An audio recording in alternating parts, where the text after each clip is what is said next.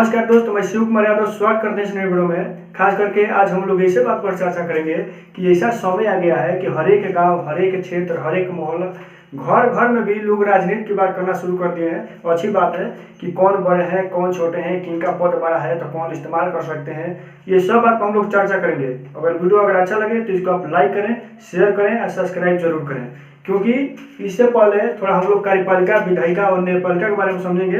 अगर ये बात आप समझ गए तो सब समझ गए।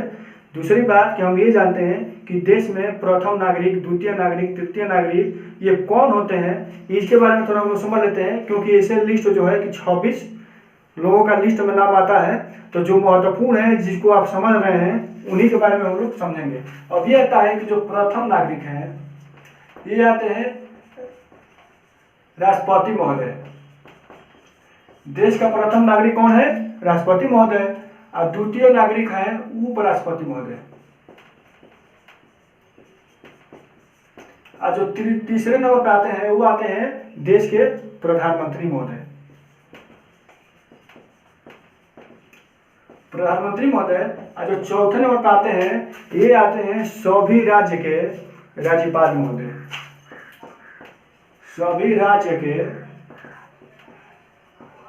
राज्यपाल महोदय। क्लियर? अब आते हैं पांचवें नंबर पे पूर्व राष्ट्रपति महोदय। क्या है? पूर्व राष्ट्रपति महोदय। और इसी लिस्ट में आते हैं उप प्रधानमंत्री भी। उप प्रधानमंत्री भी इसी लिस्ट में आते हैं, पांचवें लिस्ट में। अब क्या क्या आते हैं छठवें लिस्ट में? तो छठवें लिस्ट में कौन आते हैं? मुख्य न्यायाधीश।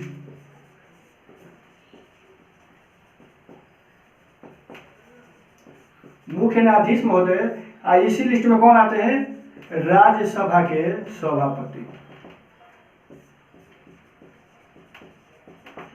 राज्यसभा के सभापति महोदय कौन लिस्ट में आते हैं? इसी छठवें लिस्ट में। अब आते हैं 7वें लिस्ट में। तो 7वें लिस्ट में आते हैं केंद्रीय मंत्री। केंद्रीय मंत्री बोलते हैं या कैबिनेट मंत्री। कैबिनेट मंत्री। और इसी लिस्ट में आते हैं सभी राज्य के मुख्यमंत्री महोदय।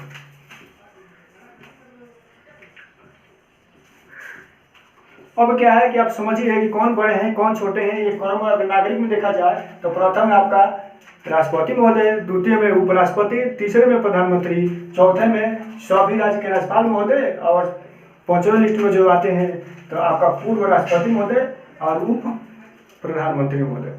क्या है? अब छठा में आते हैं मुख्य न्यायाधीश महोदय और राज्यसभा के सभापति। 7वें में आते हैं कैबिनेट मंत्री या सभी राज्य के मुख्यमंत्री महोदय। और थोड़ा यहाँ लोग समझ लेते हैं। हम ये जानते हैं कि जो देश के प्रथम नागरिक हैं राष्ट्रपति महोदय, इनका अगर शपथ ग्रहण होता है तो ये कौन दिलाते हैं? जो ये छठवें नंबर पर है मुख्य न्यायाधीश महोदय, ये राष्ट्रपति महोदय का शपथ ग्रहण दिलाते हैं। ये आपको पता है। और जब इनका होता है शपथ ग्रहण मुख्य न्यायाधीश महोदय का, तो राष्ट्रपति महोदय दिलाते हैं। तो इस बात को हम समझेंगे जब कार्यपालिका, विधायिका, न्यायपालिका समझेंगे तब। अब क्या है कि अब दूसरे नंबर पर जो आते हैं उप राष्ट्रपति महोदय, तो ये आपको पता होना चाहिए कि जो उप राष्ट्रपति महोदय हैं इस पद का उनको वेतन नहीं मिलता है। उपराष्ट्रपति महोदय के उपराष्ट्रपति पद का वेतन नहीं मिलता है। कौन से पद का वेतन मिलता है थोड़ा समझ लेते हैं, क्योंकि यही कार्यभार संभालते हैं ये राज्यसभा के सभापति। कौन होते हैं? उपराष्ट्रपति महोदय होते हैं राज्यसभा के सभापति। तो इन्हीं का वेतन मिलता है इस पद का। अब क्लियर? तो देखिए देश का कितना बड़ा संविधान है, किसका पद कहाँ है, आप खुद समझ जाइए और कमेंट में बताइए कि कौन बड़े हैं, कौन छोटे हैं। अब आते हैं कार्यपालिका। याद रखें कार्यपालिका। एक होता है विधायिका। अब आते हैं न्यायपालिका। अब यहाँ से हम लोग बांट देते हैं, क्योंकि संविधान में ये बांट दिया गया है कि जो विधायिका, कार्यपालिका, इन दोनों का समूह एक है। ये दोनों अपने हिसाब से कानून बनाएंगे, लागू करेंगे। लेकिन न्यायपालिका को अलग बना दिया गया है, क्योंकि अगर न्यायपालिका भी इसमें जुड़े रहेंगे तो देश के किसी भी नागरिक को पूर्ण रूप से जो है कि न्याय नहीं मिल पाएगा। इसलिए उनको अलग रख दिया गया है संविधान के माध्यम से। अब ये जानते हैं कि जो आपका विधायिका है ये बिल बनाते हैं। किसी प्रकार का बिल बनाना, कानून बनाना, समझिए नहीं ना, बिल बनाना और कानून बनाना। अब क्या है कि जब बिल कानून जो बन के तैयार होता है तो इसको लागू करने का काम कौन करते हैं? कार्यपालिका। अब देखिए, बिल बन के तैयार होता है, कानून बन के तैयार होता है, तब ये होता है कि भाई विधायिका में ये कौन बिल बनाते हैं या कौन क्या करते हैं। हम जानते हैं कि संसद, तो संसद में सब अंग आते हैं, ठीक है। जो देश का संसद होते हैं, तो जब संसद की बात आए तो संसद में 2 सदन होता है, एक लोकसभा और एक राज्यसभा। ये सब मिल करके बिल हो, कानून हो, वो बनाते हैं। और यही जो कार्यपालिका होता है, तो कार्यपालिका के अंग सब होते हैं आपका राष्ट्रपति महोदय फर्स्ट, उपराष्ट्रपति महोदय, प्रधानमंत्री महोदय, ये सब होते हैं। तो क्या है कि ये लागू करते हैं। अब देखिए, अब क्या होता है कि कार्यपालिका के लागू करने के संबंध में कोई दिक्कत हो, कोई परेशानी हो या कोई कानूनी कार्रवाई अगर कोई इसको रोक करता है, तो ये जो न्यायपालिका है ये अपने माध्यम से इनका सपोर्ट करता है और लागू कराता है। अब देखिए, सपोर्ट करता है, लागू भी कराता है न्यायपालिका।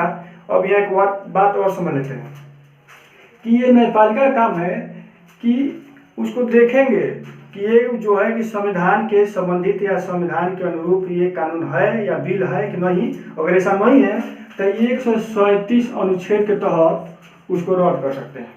कोई मतलब नहीं है, आप चिल्लाते रहिए, तड़पिए, कुछ भी करिए, लेकिन 137 के तहत अगर संविधान के माध्यम से नहीं है, उनके अनुरूप नहीं है, तो कोई मतलब नहीं है, उसको न्यायपालिका खारिज कर सकते हैं। अब क्या है, तो इसी संबंध में हमको समझना है कि जैसे आपके आते हैं, जैसे इसमें क्या है, कार्यपालिका में आप आइए, जिला लेवल पर आइए कि आपके होते हैं कलेक्टर होते हैं, जैसे डीएम होते हैं, उसके बाद एसपी होते हैं। ये सब क्या है कि इसी माध्यम से आते हैं।